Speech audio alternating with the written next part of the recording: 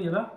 Ek gaan gou vir julle wys. Ons gaan nou op hierdie toer na die Kaap. Ons gaan kyk hoe ver ons kan kom.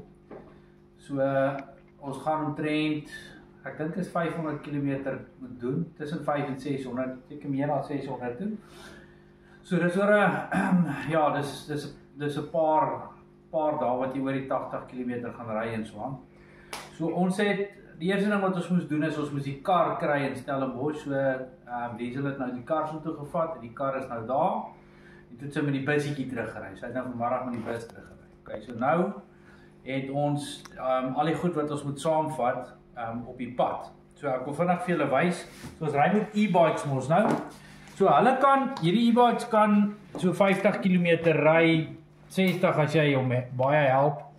So hang af hoe dit natuurlik opdraande afdraande is, maar daar's 'n charger, spieeltjie. So hierdie al baie, jy sit dit op jou kant, dan soos wat jy ry, dan kan jy nou sien of daar 'n kar aankom. So hierdie draai jy op jou chain loop. Jy moet elke dag jou chain loop. So hierdie is draai, hierdie is soos kersbas. Dit is as jy stowwerige pad ry, dan sit jy dit op jou ketting. Hierdie is maar meer vir daai ronde goedjies. Dis nou meer 'n nut tube, hy moet ook maar saam gaan. Hierdie gaan ek los, ek wou dit saamvat, dis maar net om die fiets bietjie skoner te hou. Hierdie is 'n eerste first aid kit, brandwonde, sulke tipe van goed en so. Hierdie is alkohol. So die alkohol word gebruik om die elektroniese plekkies van die e-bike skoon te maak. So dit is nou nie vir wonde en so nie. So dis hoekom jy daai gebruik. Hierdie is jou kettingbreek, dan laat jy hom hierso met hierdie missing link. So maar om dit te doen het jy ook nou hierdie spesiale tool nodig wat oupa gelukkig het.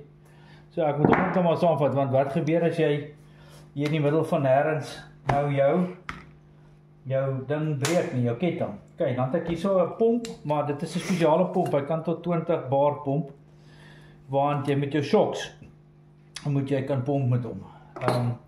So shocks in jou saal wat moet kan opgaan, voor agterste shocks, alles, want dit hang af hoe swaar hy is, jy kan nie te lig wees nie. 3 of 2 spare tubes, miskien sal ek 3 vat. Tire levers. Dan het ek ook hierdie gekoop.